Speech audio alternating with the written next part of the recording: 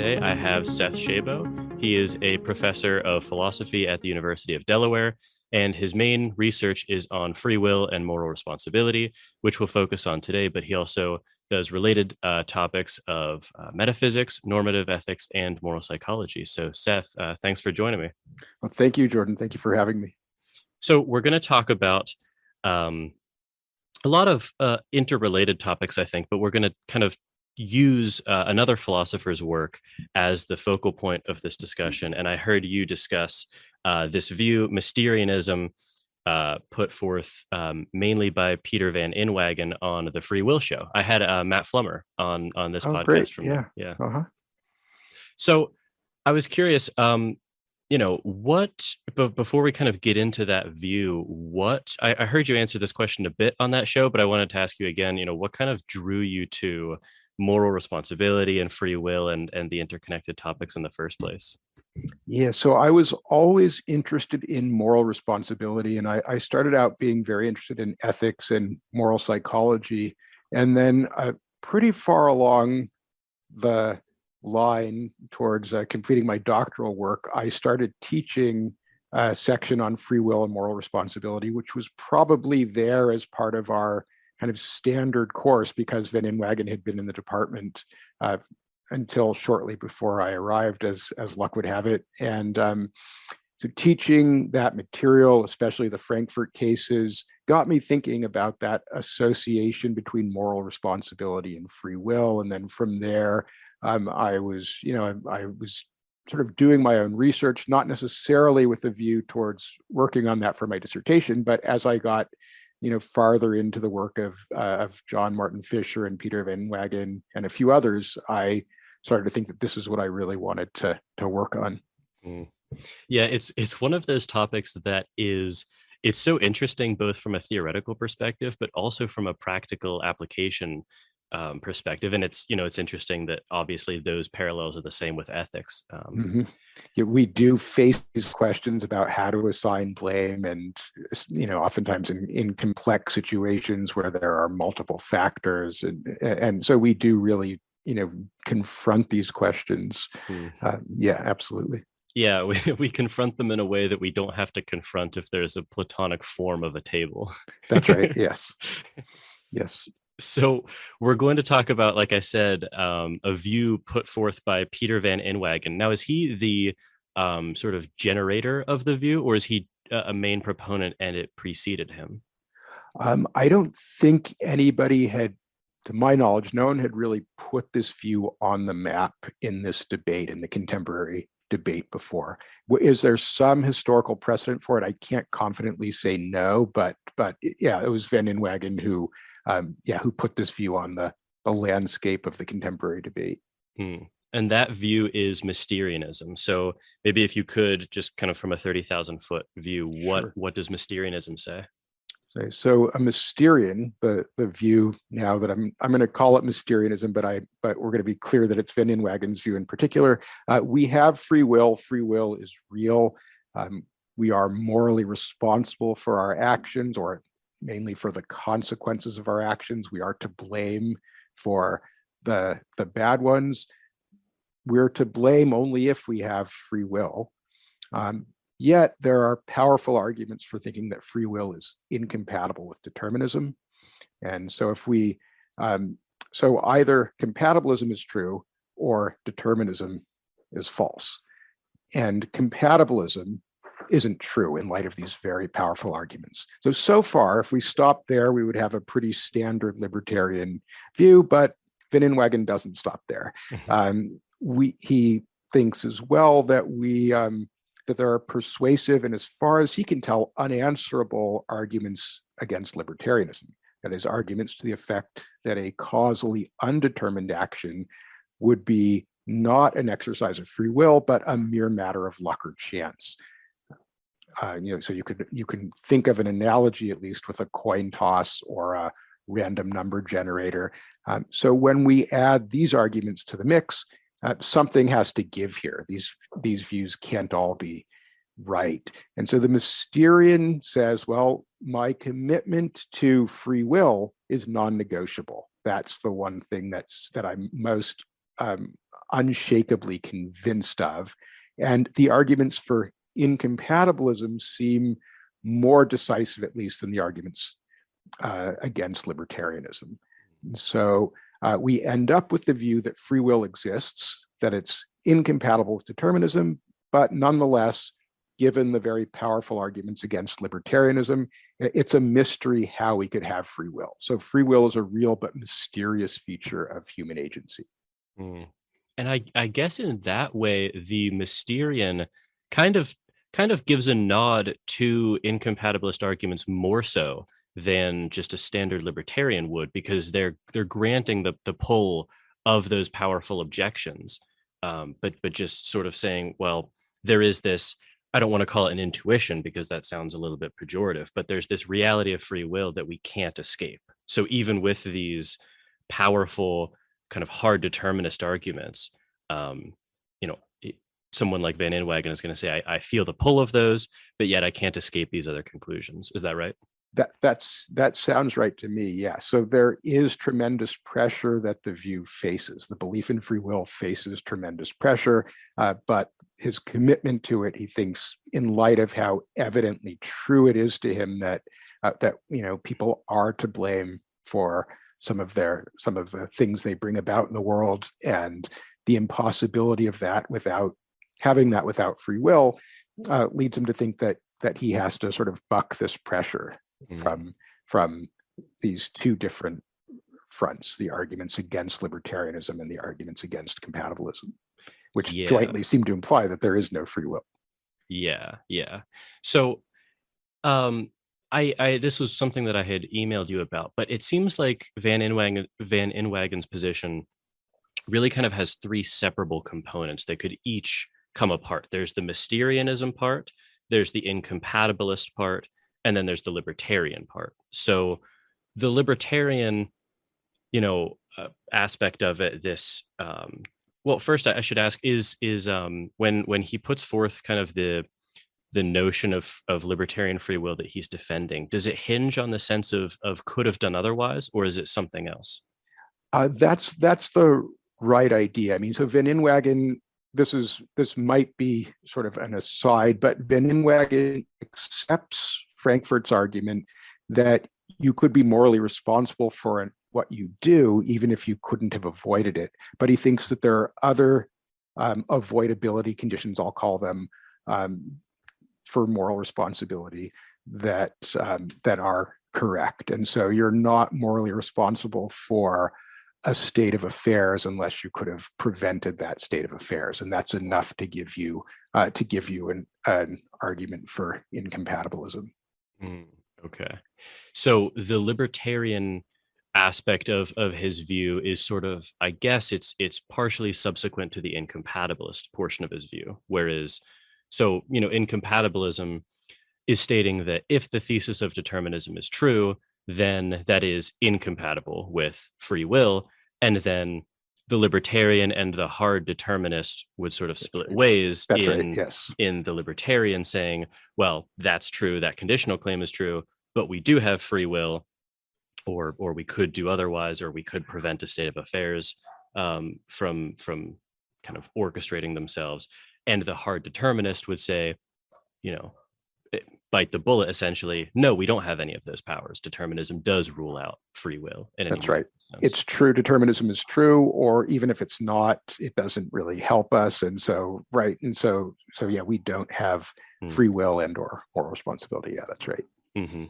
And then am I understanding the view correctly that the Mysterianism aspect of it is that sort of, the Mysterian aspect of the view is pulled by those sort of incompatible but unshakable commitments, really, to accepting that, oh wow, the hard determinists their arguments aren't wrong, but I can't kind of get out of this commitment to the reality of free will. Yeah, I think that's right. There are unanswerable objections that compatibilism is false. There are unanswerable objections that libertarianism is false. And so there doesn't seem to be any satisfactory way out of the conclusion that we have no free will. But if you ask, what am I most confident of all in? I'm most confident of all that we have free will, and my confidence that we have free will, or my conviction that we have free will, is deeper than my conviction that these other arguments, these counter arguments, are sound. And so one of these counter arguments has to be unsound. And of the two, the one against libertarianism seems less compelling to me. Compelling though it is, it seems less compelling to me than or less decisive than the argument against compatibilism, or arguments against compatibilism, I should say. Mm-hmm. Do you know how much, I'm kind of curious, the commitment to the reality of free will, that kind of deepest commitment, how much of that is phenomenological for Van Inwagen, and how much of it is based on theoretical arguments? That's a great question. I'm not entirely sure. I tend to see it, and this is my interpretation, but I tend to think that Van Inwagen takes moral responsibility, or the belief that we're to blame for certain outcomes, certain consequences, as a kind of moral datum, just a kind of given. And so probably I would expect that the phenomenology of deliberation also, is another contributing factor. But as I'm inclined to read Van Inwagen, it's just that conviction that, well, clearly we do act. That's not up for grabs. And so the question is, are we to blame for the bad consequences of our actions, the consequences of actions that we knowingly, do, that are wrong and that we know to be wrong, and so on? Are we to blame for those? And I think that's that's the guiding or driving force behind Van Inwagen's view that free will is real. Okay, that's interesting, because so if I'm understanding that correctly, it seems like he is maybe implicitly endorsing this idea that moral responsibility and free will are intertwined in a way that, a semi-compatibilist, I talked with John Martin Fisher about this, could see them as kind of, separating from each other.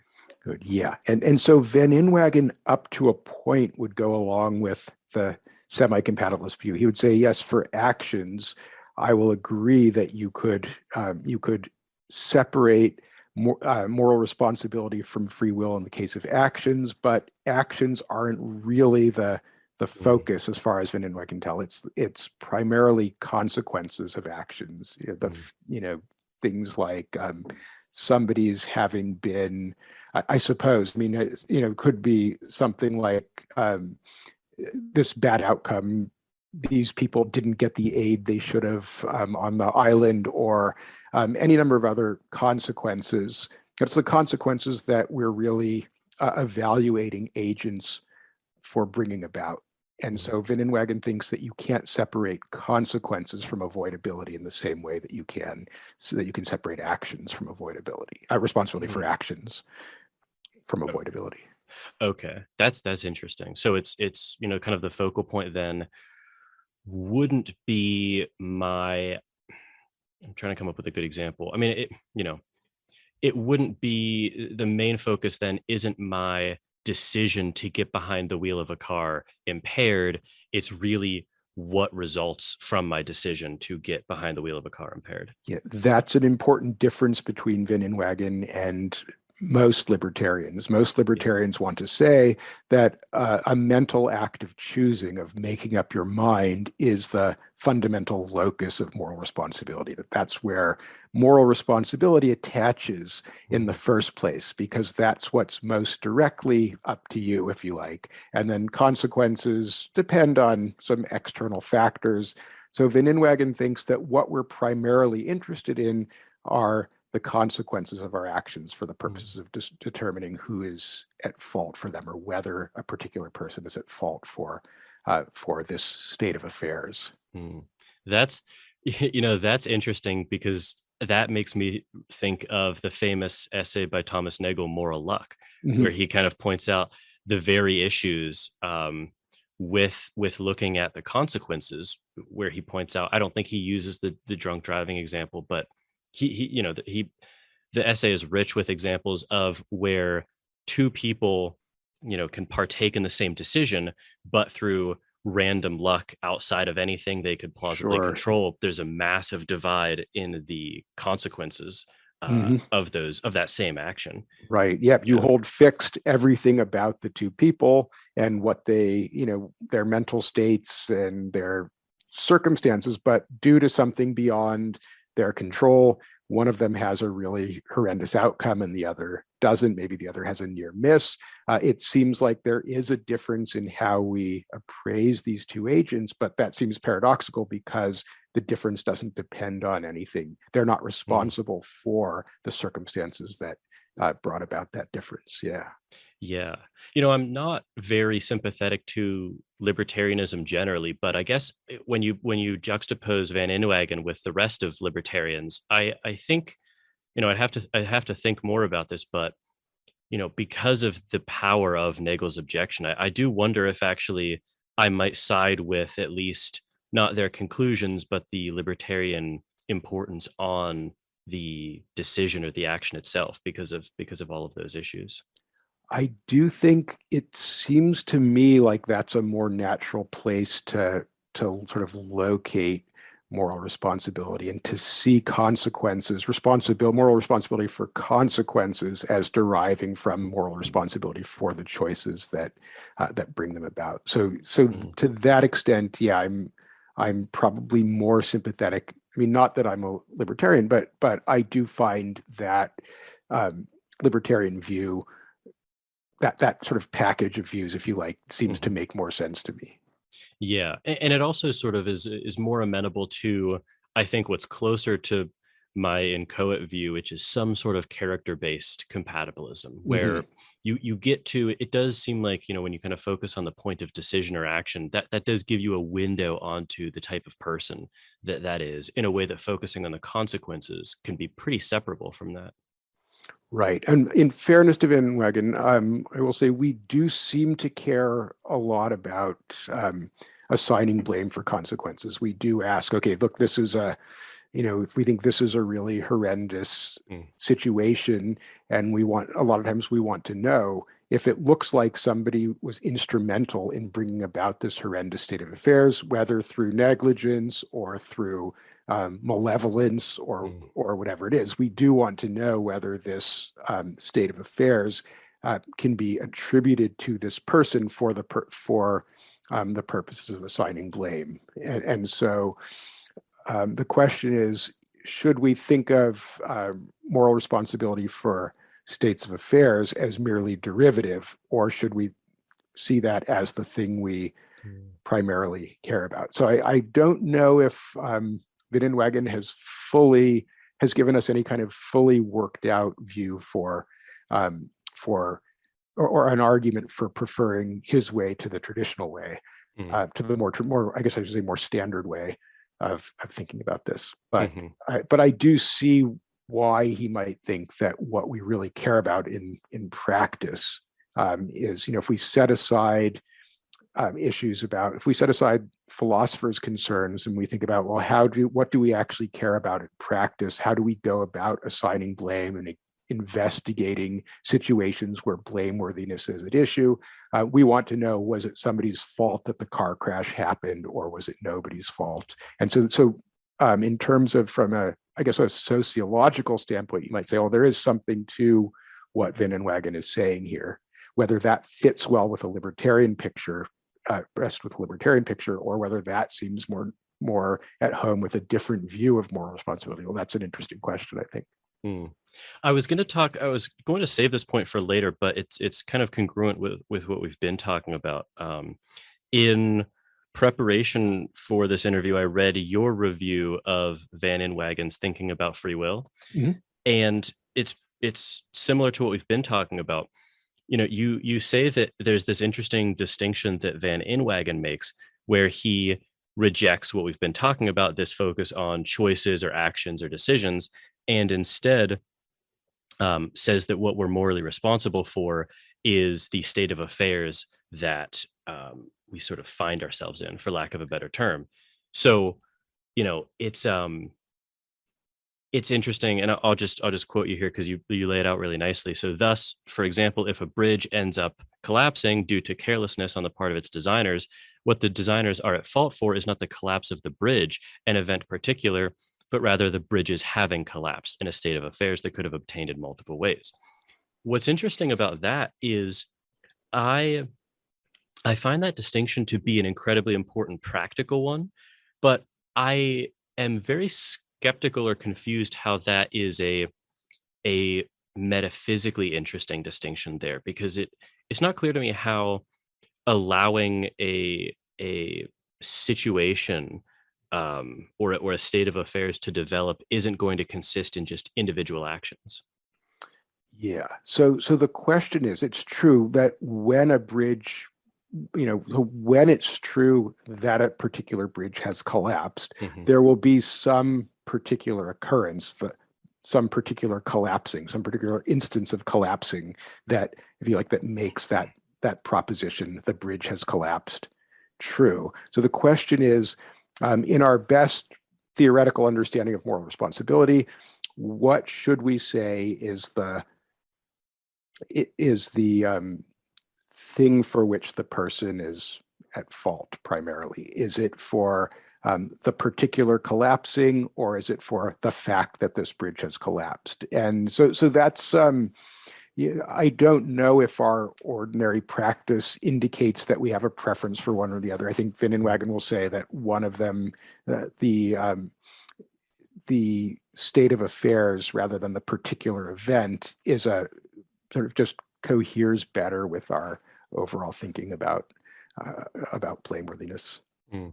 Yeah, I do. It's interesting because I find that um, the way that Van Inwagen lays that out is psychologically very true. I do kind of, and it's actually interesting because I think about this in terms of myself a lot, like self blame or self Mhm. praise.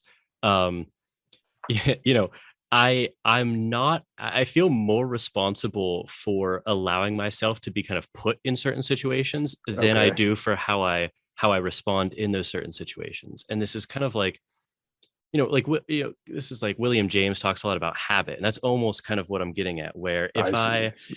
if I go out to eat, it's almost like I'm sort of forecasting determinism into the future there. Like, I know if I go out to eat at a really good restaurant, I'm just going to eat poorly. I'm going to Mhm, get mhm. dessert and I'm going to get extra I drinks or see. whatever. Yeah, right. And, and I feel as though, if I'm blaming myself the next morning or whatever, I feel responsible for sort of allowing that orchestration of events to occur, not what I do within that state of affairs.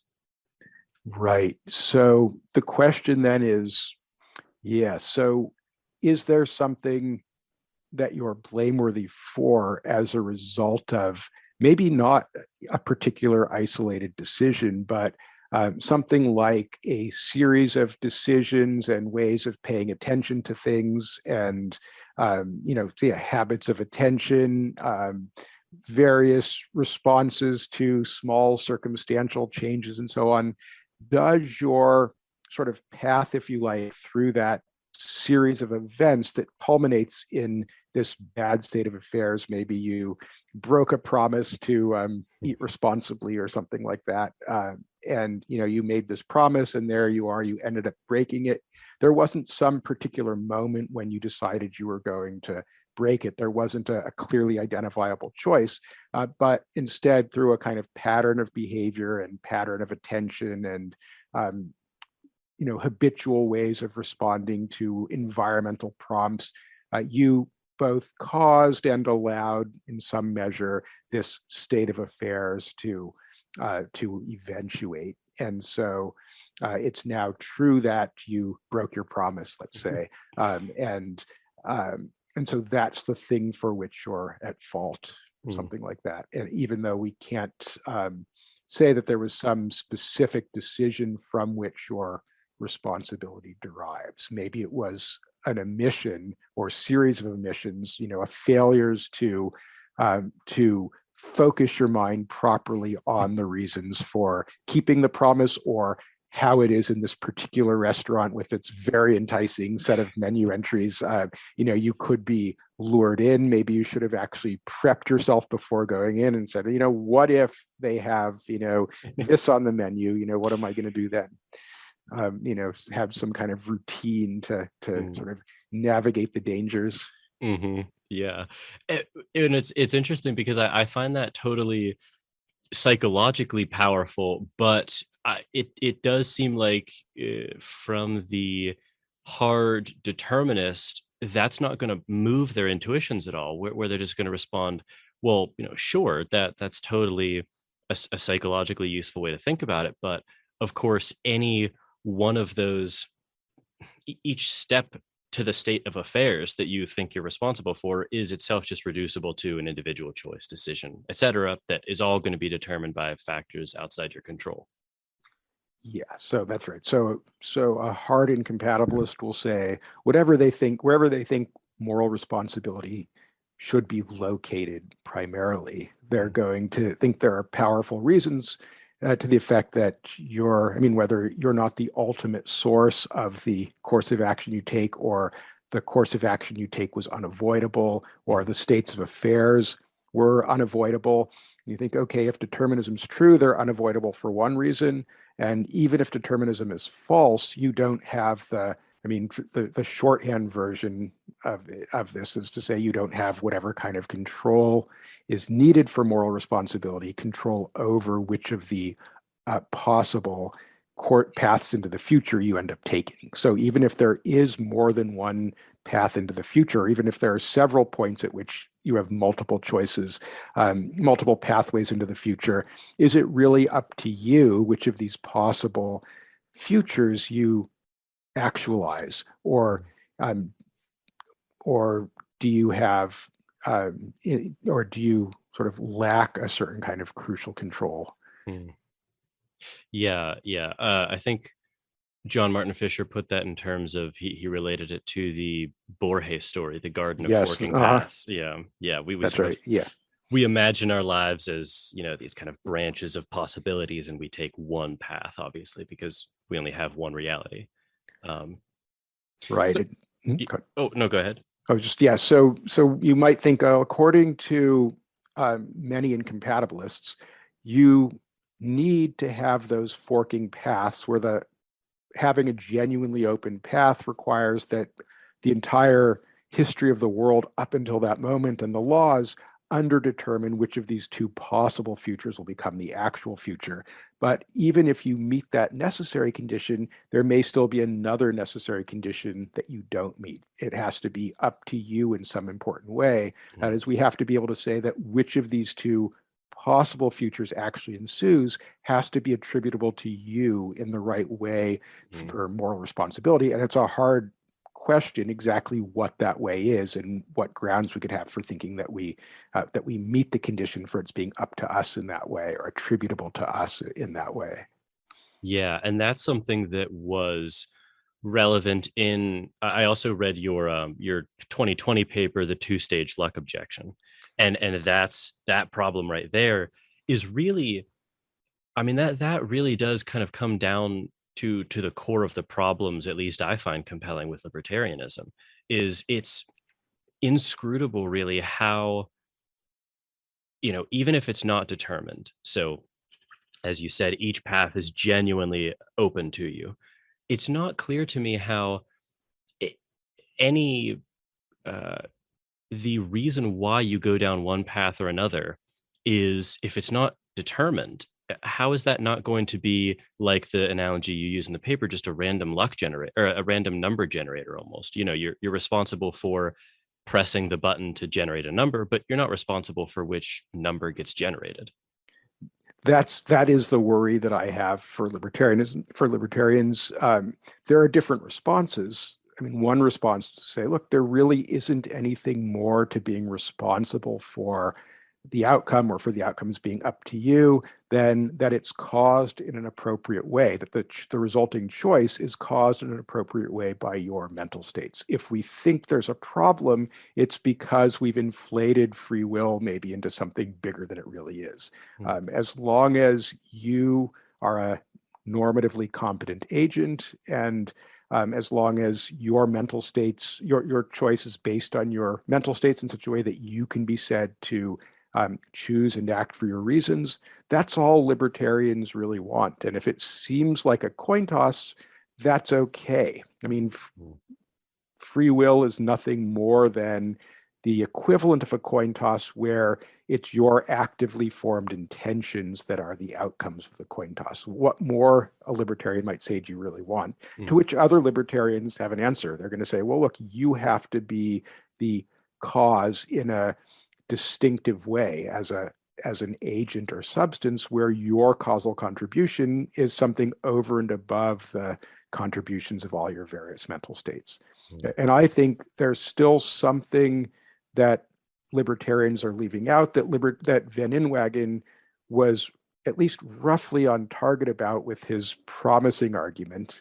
And so the promising argument is, in outline, goes like this. If you believe that you'll soon face a choice, and it will be an exercise of free will, whether you say keep a secret or conceal the secret, whether you tell all or keep mum, right? And so you believe that it's going to be an exercise of free will when the time comes, so that you're able to take the one course and able to take the other instead, then you should see yourself now in advance as being in a position to promise, for example, to keep quiet when the time comes.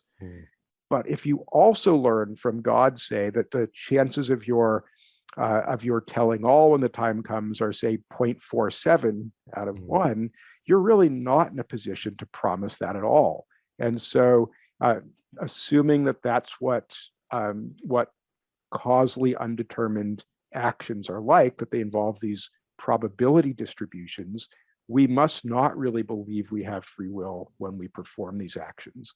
And so there are various responses to Van Inwagen's, at least there are a few main ones. Van Inwagen points out that the formalization of his argument goes wrong. There are technical problems with the argument, not least that the act of promising could change the dynamic, if you like, in such a way, the causal antecedents in such a way that it was no longer a matter, there was no longer this probability distribution. So what I've suggested is that there's a way to retool Van Inwagen's argument so that you avoid objections like that. And the thing to focus on is not what a person could promise ahead of time to do. I think that's a good heuristic. But to get us to the core issue, I think we can ask, what can reasonably be expected of the person at the time of action? Is there a basis for saying that the person should choose to do what they believe is the right thing to do? Can we reasonably expect the person to make that choice given the probability distribution at that time and everything that accounts for that distribution, all of their prior mental states? And if the answer is yes, and I don't think it is yes, but if the answer is yes, the libertarian should be able to point to something about the agent situation that makes that expectation reasonable. And I just don't see what they could point to, because anything they could point to, I want to say, will already have been factored into the probability distribution. You point out in the paper, I think if I was reading it correctly, where like you just said, it's going to either be up to the probability distribution, in which case we need not point to anything else, right? If you ask, why did 3 come up when I rolled a dice? It's just because there's a 1 in 6 chance. There's not going to be anything else to say, really. But if you can control that the 3 comes up, then then it sort of starts to beg the question of, well, what was a 4 really an option? And if it was, then it's almost, if you really could have made the 4 come up, and you really could have made the 3 come up, and which number does come up isn't determined by anything else. It seems to me like, from the libertarian perspective, I don't know how that wouldn't subjectively feel like, I don't know what came over me, or almost an involuntary action. I mean, it couldn't be determined by anything else. And in that way, I don't even know how that's, to use Dennis' term, a freedom worth wanting. Mhm, mhm. Yeah, and that's, I mean, I share that intuition. What I will say on behalf of a libertarian here is that many libertarians are going to say, well, there is a crucial difference between the kind of outcome you've described, which is not an action at all, it's just a happening, versus a choice, which is a mental action, maybe an actively formed intention. And so you will feel rightly that you have, if you like, that you've done something, that you've actively made up your mind one way or the other. So that meets one, if you like, that at least does meet one condition for the outcome of the choice. You're choosing this, so call it choice A. Suppose in the end that you're choosing between A and B, course of action A and course of action B. You end up choosing course A. Your choosing course A will be attributable to you in a way that the outcome of the die, say you rolled an odd number on the die, isn't, and that will be at least part of the basis for making it attributable to you in a moral responsibility preserving way. But the question is, will it be enough? And I think that's a step in the right direction, the fact that it's your action, that you actively form it. But still, we have this question, are you morally responsible for how the question, which choice did you make, A or B, came to be answered? And I don't think libertarians can plausibly say yes to that, because I don't think they can say that, because I think they can say, look, you're morally responsible for how that question comes to be answered only if you can reasonably be expected to bring it about that it's answered one way, and you can't reasonably be expected to bring that about given that everything that we might ground the reasonableness of that expectation in has already been factored into the probability distribution. Yeah, from what you said here and from reading the 2020 paper, I am kind of beginning to think that any event causal libertarian explanation of this type is, I think, as you say in the episode of the Free Will Show, it's going to look sort of deflationary. And I think in the end it is going to start to be indistinguishable from a type of compatibilism in a way. And I wonder if when you resist that, as the agent causal libertarian does, then you really are kind of you're forcing yourself into an inflated position of not being able to make heads or tails of how we could possibly have that sort of ability. Right. You are signing on for, I think, a really big commitment. And, I think, well, and so you're doing that. And some hardened compatibilists like Pereboom think that, okay, that really is that's a lot to take on. But if we came to believe that we agent cause some of our actions, then we do at least have a solution. It's just that it's very, very implausible to think that agent causation exists alongside event causation in the world. It's coherent, probably, but is it actual? Probably not. Right. So that's one way you could go. Then there's Van Inwagen, who thinks, and I'm closer to Van Inwagen here, that even if we let the libertarian help themselves to agent causation, it doesn't really help. We still have a question. So to put it in my terms, is it reasonable to expect the agent to agent cause the one choice or the other? And if so, in virtue of what? And so I think you could extend my argument. I didn't do it in that paper, but I think you could build the argument out to extend it to agent causation. And so I'm very sympathetic to Van Inwagen's view that agent causation, even if we grant it, wouldn't really get the libertarian very far, quite aside from questions about whether it's coherent and whether, setting aside its coherence, there's evidence that we might have such a thing. Yeah, and I take it that the kind of flip side of Van Inwagen there would be someone like Galen Strawson, where he's sort of a deep skeptic in the sense that it doesn't matter for him if we do have even agent causal libertarianism. He's just going to say that basic desert makes no sense in that scenario either. Right. That's right. Yeah, that's right. Yeah, it doesn't matter whether determinism is true or not. There's a kind of origination condition that we simply don't meet, that we couldn't meet. I wanted to kind of ask you about that, because one thing that I've really changed my mind about over, reading a lot of these papers and speaking with people like yourself is I kind of at the beginning of my investigation into this, I would have said that I'm a incompatibilist in the most classic sense of the term, right? Where, you know, determinism's truth rules out any sense of, could have done otherwise. And that really vitiates any notion of moral responsibility or desert. But in reading some papers, Susan Wolf's Asymmetrical Freedom kind of pointed me Mhm. in this direction. Galen Strawson and your 2020 paper hits on this too. Um, it it seems to me as though, yeah, that agent causal libertarian freedom, if we did have it, that wouldn't really be grounds for basic desert or moral responsibility either, because it would be the sense of you would have to act without respect to everything that was determined in the past, who you are.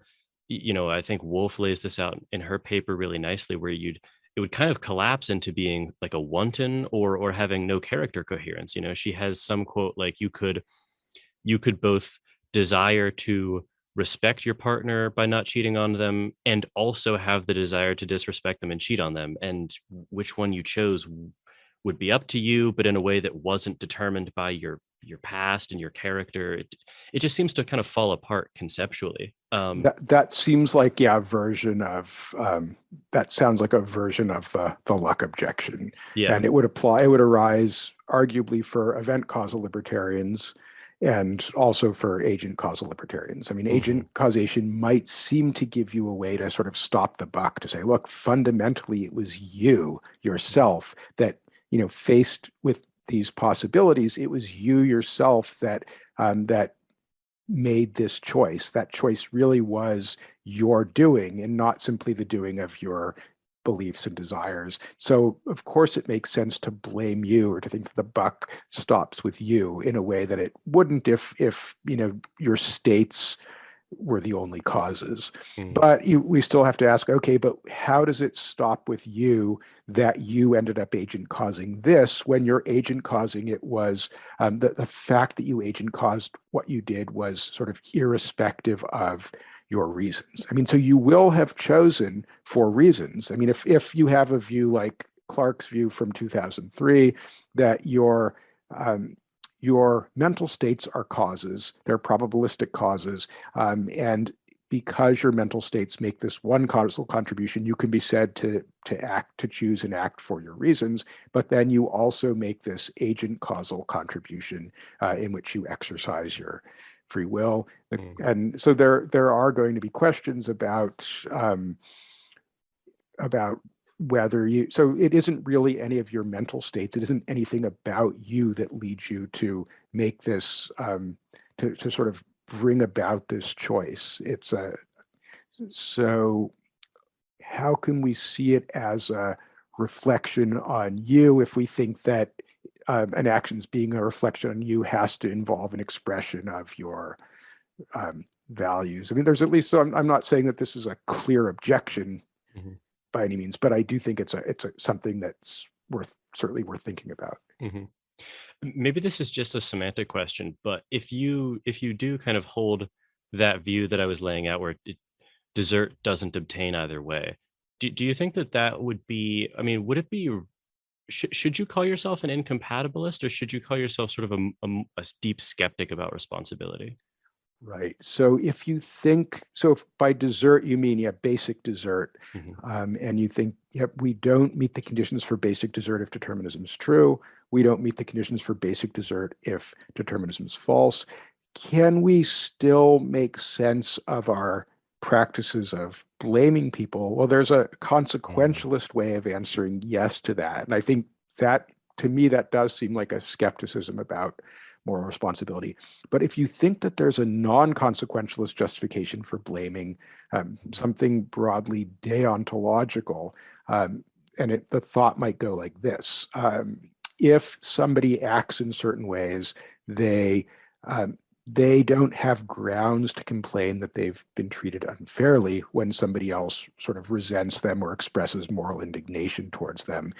So in some cases, people really can legitimately appeal to considerations of justice and fairness and saying, look, it's not right to blame me for this, given that there was nothing objectionable on my part. The mistake was an understandable one given the situation and so on.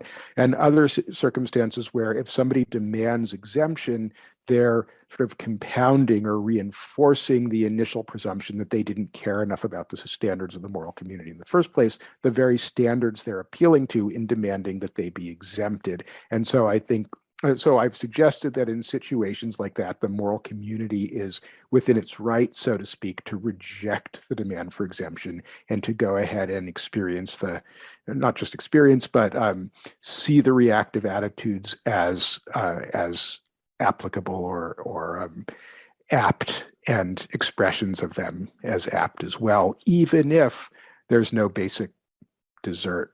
And so I think the situation in a way is messy because I don't think concerns about basic desert are misguided or that they can be sort of just made to disappear or sort of politely ushered off stage. I think they create a kind of residually messy situation for compatibilists. And here I'm sympathetic to some of the things that Paul Russell, whose interview I really enjoyed listening to with you, but I'm sympathetic to some of the things that Paul Russell says about compatibilism, and that we are left with a kind of pessimistic picture. We don't get the kind of clean vindication of our moral responsibility practices that we might have hoped for. The situation just isn't tidy, but we have to choose among these different considerations, some of which go our way and some don't. And that's my way of putting it now. But in the end, I'm suggesting we can still make sense of we can still justify our practices of holding people morally responsible on non-consequentialist grounds.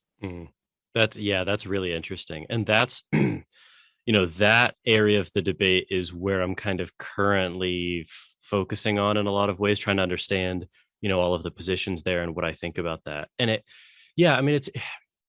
it's interesting because I'm pulled in a lot of different ways by those considerations because, on the one hand, basic desert practices, something like retribution, that sort of that almost maybe deontological sense of when this person deserves above and beyond whatever good or bad consequences it's going to produce to be punished for that.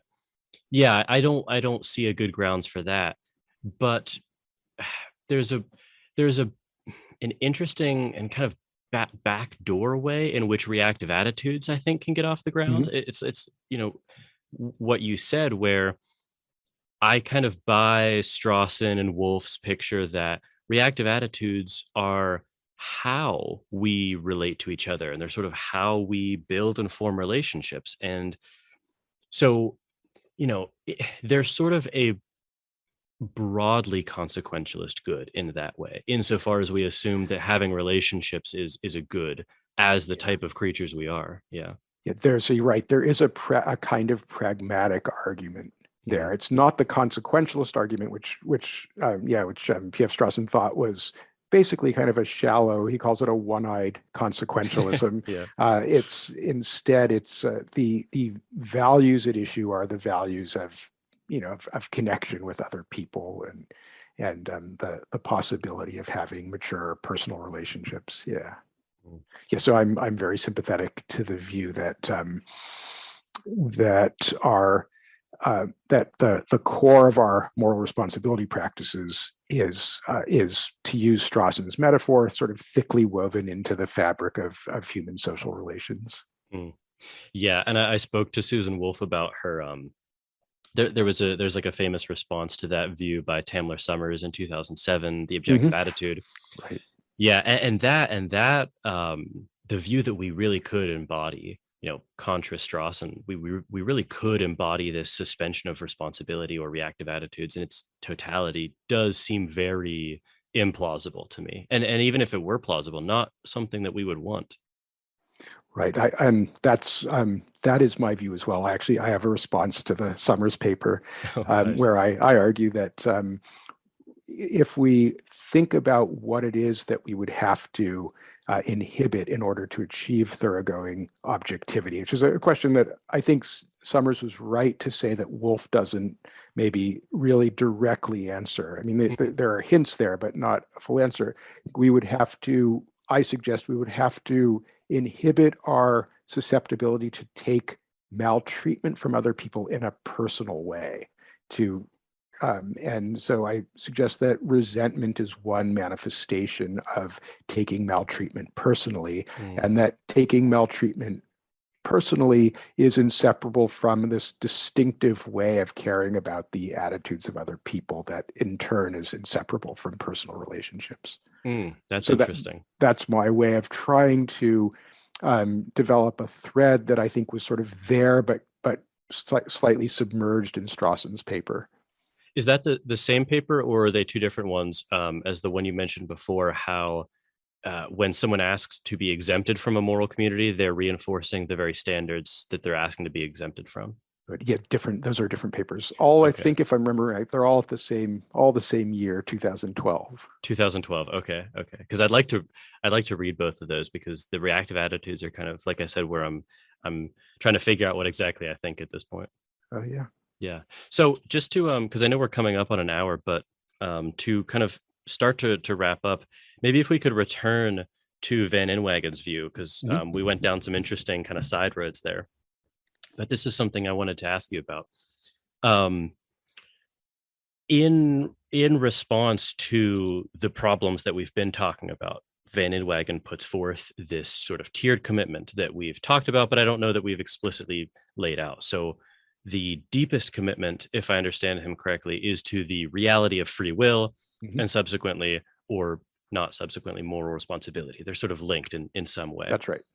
And above that is the idea that if we have free will, it's sort of entailed that he has to reject the anti-libertarian arguments, which is something we spoke about at the beginning. Then the kind of third tier of the commitment is that, and this is where the Mysterianism comes in, I think, if we were to learn that determinism was true, then Van Inwagen would abandon the second level of incompatibilism and become a compatibilist. So it's a sort of tiered commitment in that way. Am I understanding it correctly? I think that's right. I think that's the right idea. Yeah. So okay. I would just break what you've said into two stages, is how I would do it. So first, there is the Mysterianism consists in the view that we have free will, even though it appears to be incompatible with determinism, and also they're precluded under indeterminism. So how can that possibly be right? That how could we have free will when there are unanswerable objections to it?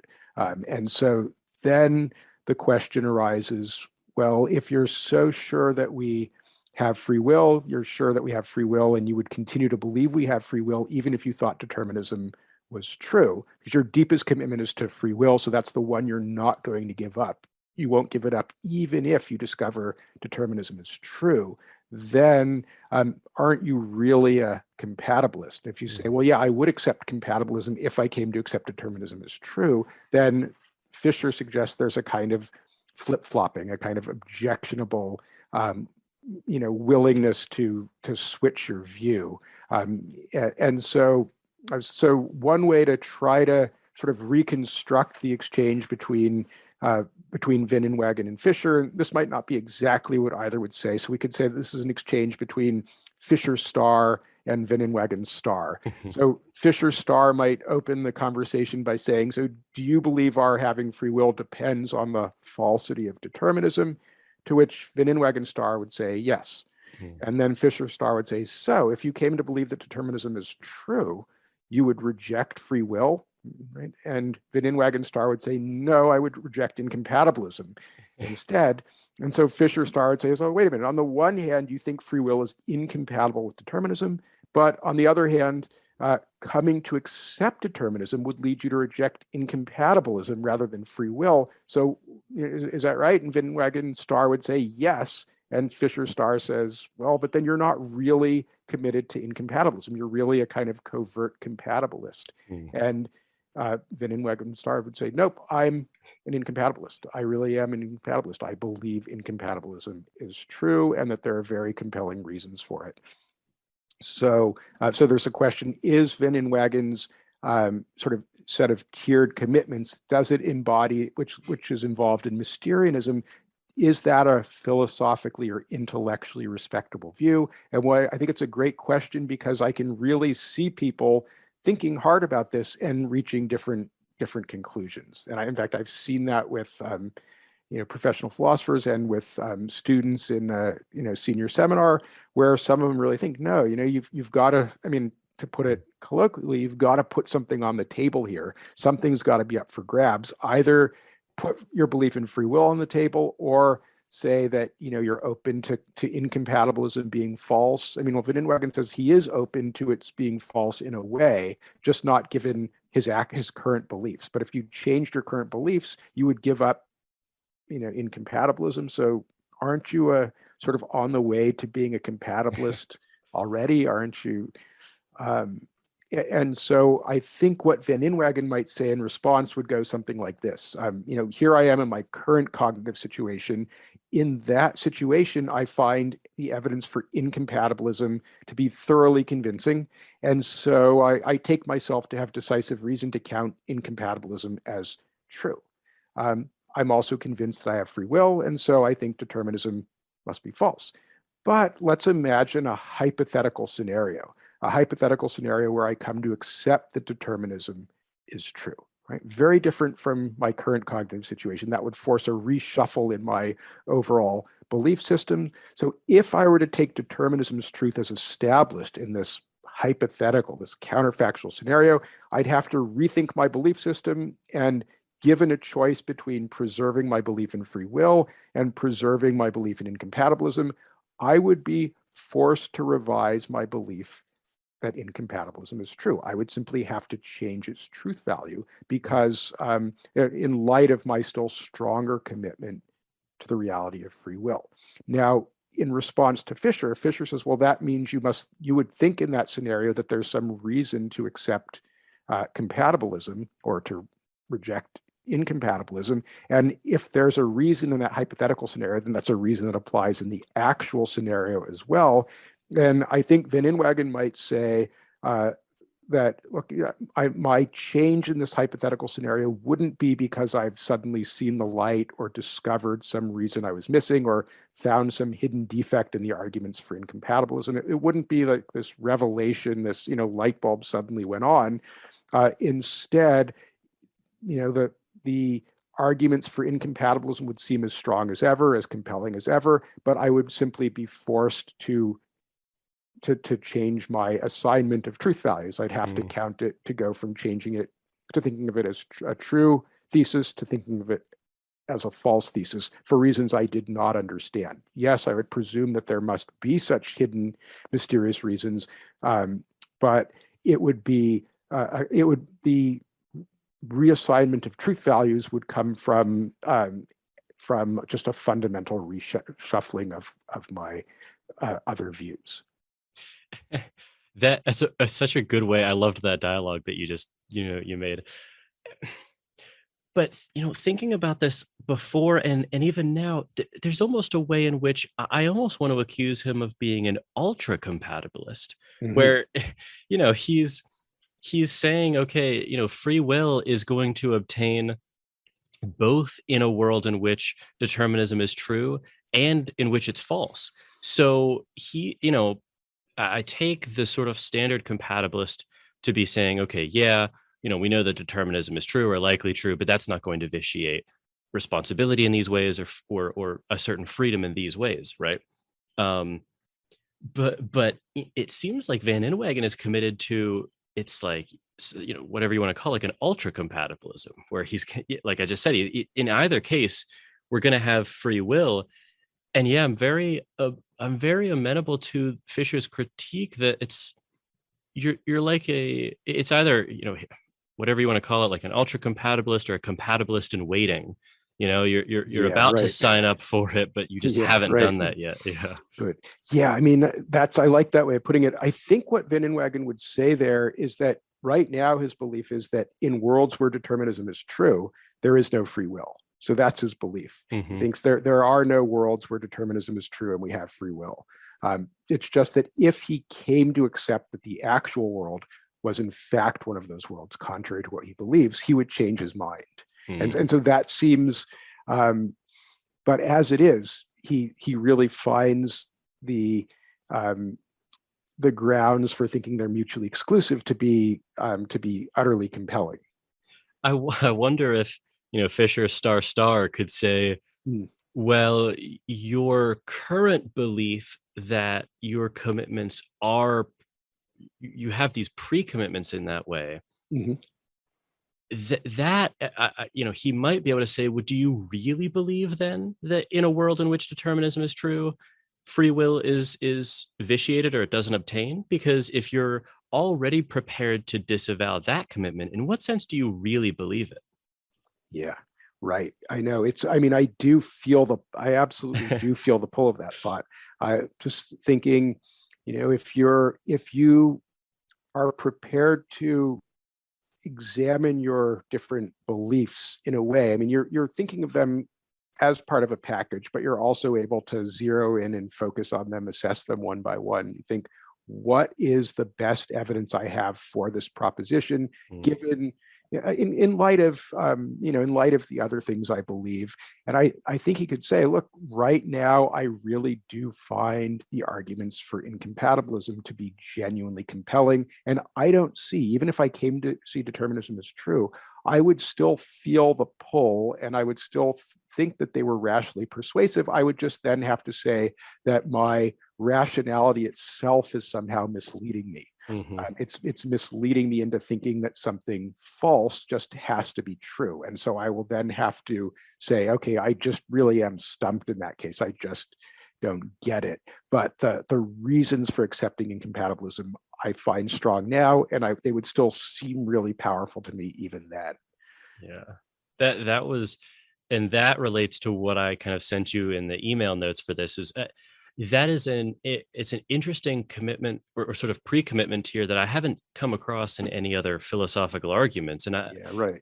it seems to, that pre-commitment to compatibilism under the condition that he discovers determinism is true, it seems to be excluding, like I said, whatever information would have changed his mind about, determinism being true or about the existence of libertarian free will. So I'm skeptical that it's reasonable to sort of be committed to the next position before you've understood what's changed your mind about your current one. Interesting. Yeah, that's a great. I like that way of putting it. Yeah. So there are almost like there are issues in almost meta-philosophical issues about how what the right procedures are for determining your changes of mind in hypothetical circumstances like these. Yeah. Yeah, I don't have it, it's not really kind of a worked out objection, but it seems there's something very, very off, for lack of a better word, about that staged pre-commitment in that way. Right. Yeah. Yeah, it seems like it might be. You might think instead that it really should be up for grabs at that point, or you should treat the different propositions as being different possibilities as being up for grabs, or not be so firmly wedded to the belief in free will in the first place. And yet, at the same time, I can see. I think I can still see Van Inwagen's point, so take it as a datum that people are at fault for certain, I'll say certain things, whatever those items may be. We are at fault for the consequences of our actions. And I find these two sets of arguments for incompatibilism and against libertarianism both to be compelling. I don't see how either could be unsound, but of the two, the one just seems more clearly unanswerable and decisive. And so given that I have this fixed point, if push came to shove, it would make sense, even if I don't understand why, even if the situation remained as mysterious as before, to reject the argument that I found less. So if I came to accept that determinism is true, I would, given that my deepest commitment is to free will, then I would have to really bite the bullet and accept compatibilism. Yeah, I'll have to think about that more, because it's an interesting tiered commitment there. So yeah, I realize we're running over an hour at this point. So I just want to thank you. This was really a fun episode. I really enjoyed it. Thank you, Jordan. It's great. Yeah. If people want to find out more about some of the papers that we've talked about, where can they find more about you and your work? I just recommend the philpeople.org website. Okay, great. Stay on the line if you would for a second, but thank you again for doing this. Thank you. Okay, well, I want to thank Seth again for joining me. I really enjoyed our talk and found it very rewarding and interesting. And I highly recommend you read any of the papers of Seth's that I reference or that he references for the first time in the show. So if you want to support this show, you can do so in several ways. You can share it on Twitter or social media. You can rate it on Apple Podcasts, like this video on YouTube, or subscribe on your RSS player or on YouTube, and discuss it on your own show and link back to this one. You can also connect me with recommended guests or topics to cover, or just get in contact for any reason. I love receiving, feedback from people in any way. You can contact me at platoscavepodcast@gmail.com or on Twitter at Jordan_C_Myers. And all of those will be listed in the description below. And as always, thank you for listening, and keep struggling to escape the cave.